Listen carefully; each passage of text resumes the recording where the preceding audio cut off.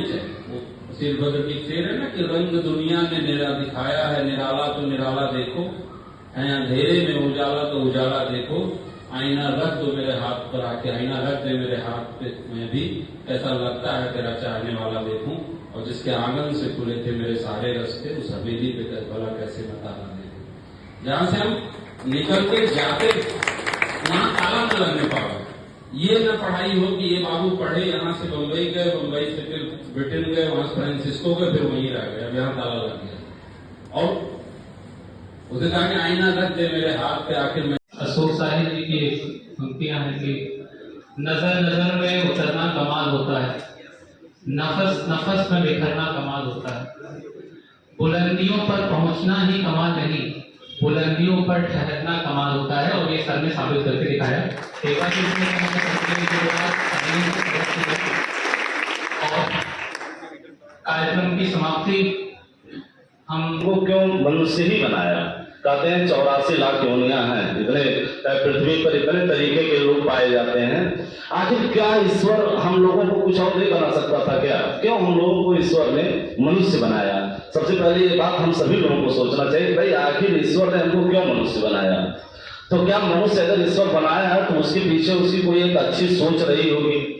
तो अगर हम मनुष्य के रूप में इस पृथ्वी पर अवतरित हुए हैं तो फिर हमारे जीवन का कुछ उद्देश्य, बहुत सारे ऐसी चीजें हैं जो हमारे पास हैं। हंसना, बोलना, सोचना, दो पैर पर चलना, हंसी मजाक करना, कैरियर बनाना, टारगेट अचीव करना, आप जो चाहें, यानी कि आप भगवान के कंपैरेटिवली वहां तक आप पहुंच सकते हैं जहां वो है। इतनी सामर्थ्यशीलता आपके अंदर है, इतनी सामर्थ्यशीलता आपके अंदर है।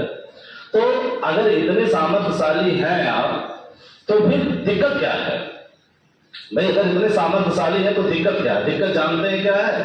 दिक्कत ये है, दिक्कत जो आपको मैं बता रहा हूं, दिक्कत ये है कि भैया ये जो मानव जीवन है ना, फिजिक्स की भाषा में अगर कहा जाए तो ये वेक्टर क्वांटिटी है, ये स्केलर नहीं है, ये वेक्टर क्वांटिटी है। इसमें आपको दो चीजों को एक साथ लेकर के चलना है, मैग्नीट्यूड और डायरेक्शन। अगर आप एक ही पर चले, मैग्नीट्यूड पर भगे और डायरेक्शन गड़बड़ हुआ तो गए, और अगर डायरेक्शन को लेकर के चले और मैग्नीट्यूड 0 हुआ तो गए ही हैं। तो हम समझते हैं कि हमको दोनों लेकर के चलना है।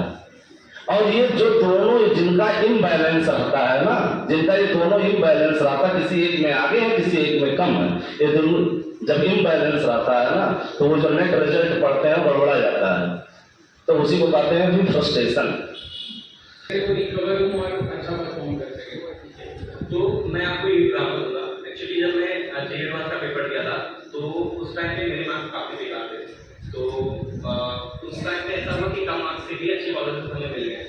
तो क्योंकि मेरे मार्क्स, मैंने पेपर दिया तो मुझे रियलाइज हुआ कि मेरा बेकार हो गया है और ये ईयर मेरा गया, तो मैं ड्रॉप होगा। तो उस टाइम पे बिना रिजल्ट आया या बिना कुछ किए मैं चला गया, मैंने ड्रॉप ले ली, कोचिंग में एडमिशन ले लिया।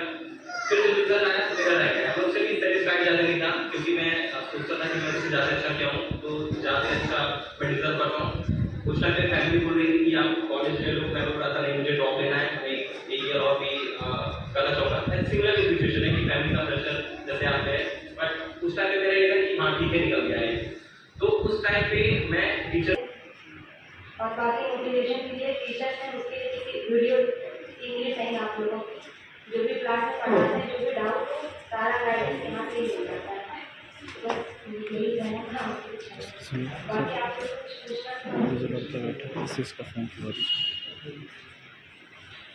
और आप लोग प्रिपरेशन में हैं, आप लोग अगर पूछना चाहते हैं, गाइडेंस लेना चाहते हैं तो जरूर पूछिए, क्योंकि मौका हमेशा नहीं मिलेगा, बार बार नहीं मिलता है।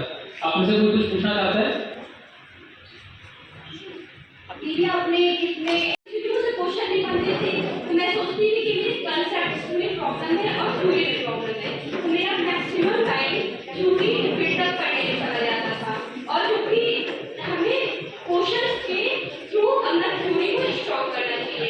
जैसे हम एक क्वेश्चन सॉल्व किए तो हर एक चैप्टर में 10 to 15 टाइप के कंसेप्ट होते हैं, तो हमें एक टाइप का क्वेश्चन मिला तो उस क्वेश्चन